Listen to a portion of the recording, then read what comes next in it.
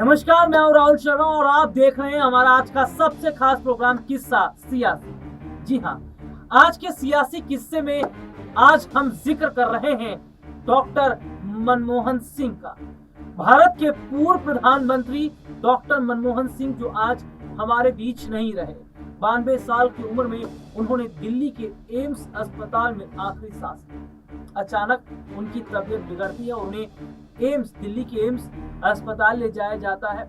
Doctor थोड़ी जांच करते हैं उनकी उसके बाद जो है उन्हें मृत घोषित कर दिया जाता है। भले ही मनमोहन सिंह आज चले गए हों, भले ही उन्होंने इस दुनिया को अलविदा कह दिया हो, 2024 भी अलविदा किया और कुछ ही दिन बचे हैं 2024 के भी खत्म होने में। और 2024 के खत्म होते होते एक ऐसी खबर जो सामने आई जिसे सुनने के बाद हर कोई बहुत दुखी हुआ, हर किसी के मन को ठेस लगा।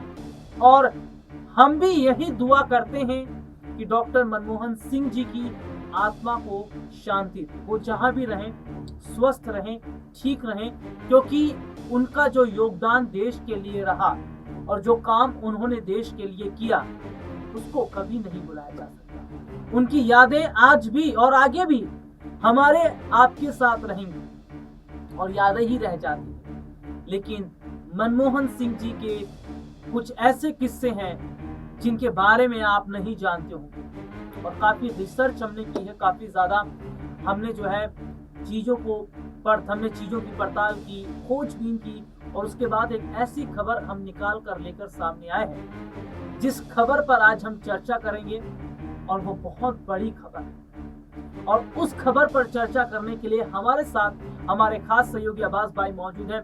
तो सबसे पहले अब्बास भाई बहुत बहुत स्वागत है इस प्रोग्राम में आपका। और शुरुआत हम कर चुके हैं भारत के पूर्व प्रधानमंत्री डॉक्टर मनमोहन सिंह जी से और अपने दर्शकों को बता दें कि कल जो है उनका रीति रिवाज के तरीके से अंतिम संस्कार किया जाएगा।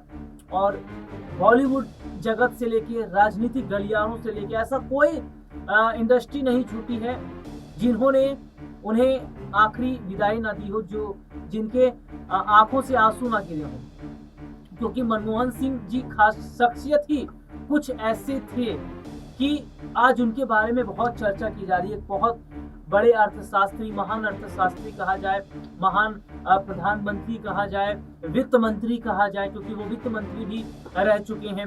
और ऐसे में आज मैं एक ऐसे किस्से का जिक्र कर रहा हूं जो किस्सा कुछ ऐसा है कि जब रातों रात मनमोहन सिंह ने फैसला कर लिया था कि अब मुझे प्रधानमंत्री पद छोड़ देना चाहिए और राहुल गांधी की एक हरकत की वजह से इतना नाराज हो गए थे मनमोहन सिंह कि उन्होंने फैसला कर लिया था कि भारत आने के बाद वो प्रधानमंत्री पद पर नहीं रहेंगे।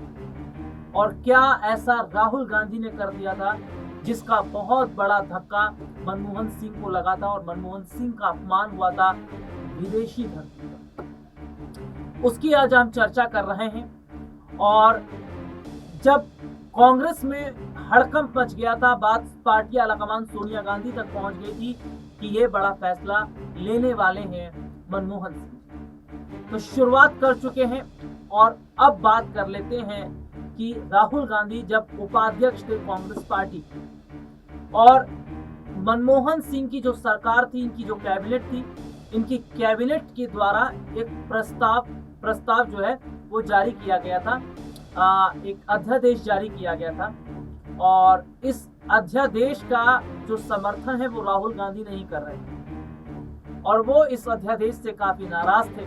नाराजगी इस कदर थी कि राहुल गांधी जब प्रेस कॉन्फ्रेंस कर रहे थे तो अध्यादेश उनके हाथ में था और उस प्रेस कॉन्फ्रेंस के सामने राहुल गांधी ने इस तरीके से अध्यादेश को फाड़ दिया, यानी 2 पेज कर दिए। और ये बात तब की है जब विदेशी धरती पर थे मनमोहन सिंह, वो अमेरिका में पहुंचे और ये बात अमेरिका तक जब पहुंची तो जग हंसाई मनमोहन सिंह कि जिस देश के प्रधानमंत्री का सम्मान उनके अपने पार्टी के लोग, उनके अपने नेता नहीं कर रहे हैं तो विदेश में किस तरीके से। तो मैंने खबर का जिक्र किया है और अब्बास भाई इंतजार कर रहे हैं अपनी बात को आगे बढ़ाने के लिए। तो अब्बास भाई, मैं यहाँ पर अगर मैं जिक्र करता हूँ राहुल गांधी की तो नो डाउट कि राहुल गांधी के अंदर बचकानी हरकतें या राहुल गांधी ने बहुत सारे ऐसे बयान या राहुल गांधी ने बहुत सारे ऐसे कदम उठाए जिनकी वजह से उनकी अपनी ही सरकार को मुश्किलों का सामना करना पड़ा। और जो मनमोहन सिंह जी जिनका अपमान अमेरिका की धरती पर हुआ और भारत आकर इस्तीफा देने का मन उन्होंने बना लिया, तो कैसे मनमोहन सिंह को मनाया गया, कैसे उन्हें संभाला गया और कैसे फिर राहुल गांधी को भी पछतावा हुआ दर्शकों को। देखिए, सबसे पहले मैं दर्शकों को बता दूं कि मनमोहन सिंह का जो अभी निधन हुआ है तो हमारे देश के सिर्फ प्रधानमंत्री नहीं थे बल्कि एक बड़े अर्थशास्त्री थे जिन्होंने 1991 से लेकर 1996 तक वित्त मंत्री के तौर पर भी काम किया है। और उस वक्त जब पूरा विश्व मंदी के दौर से गुजर रहा था तो उस वक्त हमारे देश की अर्थव्यवस्था को अच्छा करने में अगर किसी का योगदान रहा है तो वो पूर्व प्रधानमंत्री मनमोहन सिंह का रहा है। मनमोहन सिंह ने देश को कई तरक्कियों पर आगे बढ़ाया, कई अहम फैसले लिए। उसके बाद में जो मनमोहन सिंह को 2004 में प्रधानमंत्री भी बनाया गया उनकी खूबियों को देखते हुए। और उन्होंने कोई चुनाव नहीं लड़ा था, उन्होंने सिर्फ एक चुनाव लड़ा था 1999 का लोकसभा चुनाव, और उस चुनाव में भी उन्हें हार का सामना करना पड़ा था। लगातार जो मनमोहन सिंह थे वो राज्यसभा से निर्वाचित होते रहे थे, कांग्रेस ने उन्हें निर्वाचित भेजा और कई बार निर्वाचित हुए।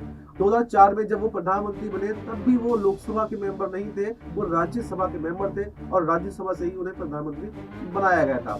प्रधानमंत्री बनने के बाद में देश की नीतियों में जो बदलाव मनमोहन सिंह ने किया उनको झुटलाया नहीं जा सकता, उनको बुलाया नहीं जा सकता। जैसे आप बात कर रहे थे 2013 के अध्यादेश के बारे में, तो आप बात करते हैं 2013 के अध्यादेश के बारे में जो इसको राहुल गांधी ने संसद में खड़े होकर फाड़ दिया था। ये सिर्फ एक बचकानी हरकत ही राहुल गांधी की कहा जा सकता है, क्योंकि एक अर्थशास्त्री जो मतलब प्रधानमंत्री की कुर्सी पर पिछले 9 साल से बैठा हुआ है, मतलब 2004 से 2013 तक बैठा हुआ है, वो कोई बिल लेकर के आ रहा है, कैबिनेट में वो बिल पास कराया जा रहा है, पूरी कैबिनेट का उस पर बहुमत है और आप बिना सोचे समझे उसको बिल को फाड़ देते हैं। फिर कैबिनेट का आप तो सांसद हैं, आप भी तो सांसद थे, आप कैबिनेट में अपना इस पे अगर कुछ विरोध था आपका तो मनमोहन जी से आप बात कर सकते थे, सांसदों को मना सकते थे। अगर वो बिल आपके हिसाब से ठीक नहीं था तो उसको संसद में पेश नहीं करते। अब्बास भाई, मेरा एक सवाल आपसे ये है कि भले ही प्रधानमंत्री की कुर्सी पर मनमोहन सिंह जी मौजूद जरूर थे, लेकिन उन्हें चाबी वाला गुड्डा भी कहा जाता था, क्योंकि वो कोई फैसला नहीं लेते थे। फैसला राहुल गांधी, सोनिया गांधी के द्वारा ही लिया जाता था और बहुत सारे ऐसे कदम मनमोहन सिंह जी उठाना चाहते थे देश के विकास के लिए, सेना को मजबूत करने के लिए, लेकिन कहीं ना कहीं सोनिया गांधी, राहुल गांधी का फैसला उनके आड़े हाथों आता रहा। और कई बार हम देखते हैं कि बाहर से जो डेलीगेशन इंडिया में आता था जो मनमोहन सिंह से मुलाकात करने के लिए, उस वक्त मनमोहन सिंह एक अलग जगह बैठे होते थे और फ्रंट में राहुल गांधी और सोनिया गांधी बैठे होते थे। कैसे देखिए, ये आरोप तो कांग्रेस पर लगे ही हैं कि 2000 मनमोहन सिंह को जो प्रधानमंत्री बनाया गया था वो अचानक से उठा करके उन्हें प्रधानमंत्री बना दिया गया था। उनको प्रधानमंत्री बनाने की कोई रणनीति नहीं थी। राहुल गांधी दरअसल क्या है, राहुल गांधी उस वक्त राजनीति में तैयार नहीं थे। राहुल गांधी ने जो एंट्री की है वो 2004 से ही अपनी राजनीति में एंट्री की है। इससे पहले राजनीति का कोई भी अनुभव राहुल गांधी को नहीं था। और जैसा कि आपको पता है कि सोनिया गांधी एक विदेशी महिला है, वो इटली से बिलोंग करती हैं, तो कहीं ना कहीं अगर सोनिया गांधी उस वक्त प्रधानमंत्री बनती तो कांग्रेस में उस वक्त 2 फाड़ होने की रणनीति थी। बीजेपी कहीं ना कहीं उस वक्त कांग्रेस को 2 फाड़ में बांट सकती थी, ऐसी कई खबरें आ रही थी। इसलिए और सोनिया गांधी ने अपने आप को भी प्रधानमंत्री नहीं बनाया और राहुल गांधी उसके लिए तैयार नहीं थे, इसलिए राहुल गांधी को भी प्रधानमंत्री नहीं बनाया गया। लेकिन क्योंकि कांग्रेस का जो एक कंट्रोल सिस्टम है वो पूरा एक ही परिवार के पास शुरू से रहा है। अगर आप बात कर ले 1947 से लेकर के नेहरू के पास में रहा, उसके बाद में जो कांग्रेस का पूरा कंट्रोल सिस्टम आ रहा है वो गांधी परिवार के हाथ में चला आ रहा है। और राजीव गांधी के बाद में जो कमान थी वो पूरी सोनिया गांधी के हाथ में आ गई और सोनिया गांधी ही पूरा कंट्रोल कर रही थी। तो ऐसे में जरूरत थी एक पीएम फेस की जो सोनिया गांधी का अपोज भी ना कर सके। तो उन्होंने मनमोहन सिंह को चुना क्योंकि मनमोहन सिंह एक अच्छे अर्थशास्त्री थे और एक संयम, एक बहुत ही शांतिपूर्ण व्यक्ति भी थे। और जो मतलब सोनिया गांधी से उन्होंने कभी कुछ तर्क वितर्क भी नहीं किया, जैसा उन्होंने कहा वैसा उन्होंने माना, इसमें कोई भी दो राहें नहीं है। क्योंकि सोनिया गांधी को फेस चाहिए था और मनमोहन सिंह कुछ देश के लिए कर सके, इसलिए उनको प्रधानमंत्री की कुर्सी चाहिए थी। तो ये आरोप कहीं ना कहीं ठीक है कि जो कंट्रोल सिस्टम था वो पूरा सोनिया गांधी और राहुल गांधी के हाथ में था, मनमोहन सिंह के हाथ में वो कंट्रोल सिस्टम नहीं था। और अब्बास भाई, मैं अगर उस वक्त की बात करूं और आज की बात करूं तो बहुत ज्यादा बदलाव राहुल गांधी में है। जी और एक खबर अभी मैं पढ़ रहा था जिसमें राहुल गांधी ये कह रहे थे कि कुछ बड़े फैसले उन्होंने लिए या कुछ कदम ऐसे उठाए थे जो वो खुद भी जानते हैं कि जिससे मनमोहन सिंह जी को बहुत आहत हुआ था, बहुत दुखी वो हुए थे और वो इसके लिए माफी भी मांगना चाहते हैं।